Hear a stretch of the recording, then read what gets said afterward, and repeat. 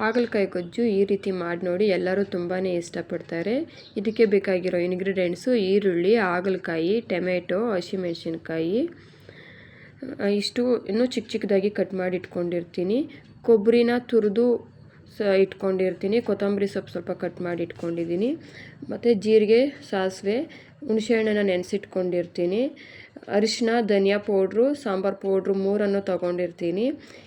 ಸ್ವಲ್ಪ ಬೆಲ್ಲ ತೊಗೊಂಡಿರ್ತೀನಿ. ಯಾಕಂದರೆ ಕಹಿ ತುಂಬ ಇಷ್ಟ ಆಗಲ್ಲ ಅನ್ನೋರಿಗೆ ಸ್ವಲ್ಪ ಬೆಲ್ಲನೂ ಆ್ಯಡ್ ಮಾಡ್ಕೊಬೋದು.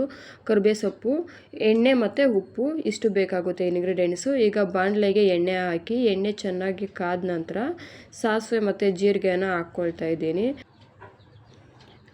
ಕರಿಬೇವು ಸೊಪ್ಪು ಹಾಕ್ಕೊಳ್ತೀನಿ. ಈಗ ಈರುಳ್ಳಿ ಆ್ಯಡ್ ಮಾಡ್ಕೊಳ್ತಾ ಇದ್ದೀನಿ. ಅದಕ್ಕೆ ಈರುಳ್ಳಿ ಚೆನ್ನಾಗಿ ಫ್ರೈ ಮಾಡ್ಕೋಬೇಕು. ಎಣ್ಣೆ ಸ್ವಲ್ಪ ಜಾಸ್ತಿನೇ ಹಾಕಿಟ್ಕೊಳ್ಳಿ, ಯಾಕಂತಂದರೆ ಎಣ್ಣೆನಲ್ಲೇ ಇದು ಫುಲ್ ಫ್ರೈ ಆಗೋದ್ರಿಂದ ಎಣ್ಣೆ ಜಾಸ್ತಿ ಬೇಕಾಗುತ್ತೆ.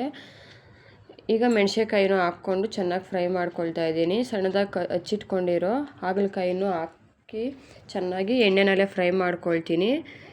ಹಾಗಲಕಾಯಿ ಬೇಯುವಾಗ ಸ್ವಲ್ಪ ಉಪ್ಪನ್ನು ಹಾಕ್ಕೊಳ್ರಿ, ತುಂಬ ಚೆನ್ನಾಗಿರುತ್ತೆ ಉಪ್ಪೆಲ್ಲ.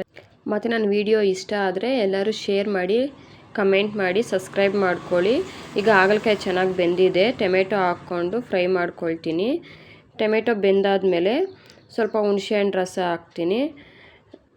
ಮತ್ತು ನನ್ನ ವಿಡಿಯೋನ ಎಲ್ಲರೂ ಶೇರ್ ಮಾಡಿ, ಸಪೋರ್ಟ್ ಮಾಡಿ. ಇದ್ರ ಬಗ್ಗೆ ಯಾವುದೇ ಡೌಟ್ ಇದ್ದರೂ ನೀವು ಕಮೆಂಟ್ ಮಾಡಿ ಕೇಳ್ಬೋದು.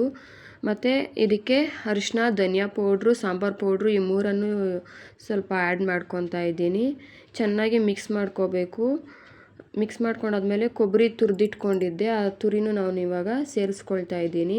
ಇದಾದಮೇಲೆ ಸ್ವಲ್ಪ ಬೆಲ್ಲ ಆಪ್ಷನಲ್ಲು, ಬೇಕಿದ್ರೆ ಹಾಕ್ಕೊಳ್ಳಿ, ಇಲ್ಲಾಂದರೆ ಬೇಡ. ಬೆಲ್ಲ ಹಾಕ್ಕೊಂಡಾದ್ಮೇಲೆ ಒಂದು ಅರ್ಧ ಲೋಟದಷ್ಟು ನೀರು ಹಾಕ್ಕೊಂಡು ಚೆನ್ನಾಗಿ ಬೇಯಿಸ್ಕೊಂಡು, ಬೆಲ್ಲ ಹಾಕೋದ್ರಿಂದ ಕಹಿ ಅಂಶ ಸ್ವಲ್ಪ ಕಮ್ಮಿ ಆಗುತ್ತೆ ಅನ್ನೋ ಒಂದು ಕಾರಣದಿಂದ ಬೆಲ್ಲ ಹಾಕ್ಕೊಳ್ತೀವಿ. ಇದು ಚೆನ್ನಾಗಿ ಬೆಂದಾದಮೇಲೆ ಕೊತ್ತಂಬರಿ ಸೊಪ್ಪನ್ನ ಹಾಕ್ಕೊಳ್ಳಿ. ನೋಡಿ ಈಗ ಹಾಗಲಕಾಯಿ ಗೊಜ್ಜು ಎಷ್ಟು ಚೆನ್ನಾಗಿ ಬಂದಿದೆ ಅಂತ. ನೀವು ಮನೇಲಿ ಒಮ್ಮೆ ಟ್ರೈ ಮಾಡಿ, ತುಂಬಾ ಚೆನ್ನಾಗಿರುತ್ತೆ. ಎಲ್ಲರೂ ಇಷ್ಟಪಡ್ತಾರೆ. ಬಾಯ್.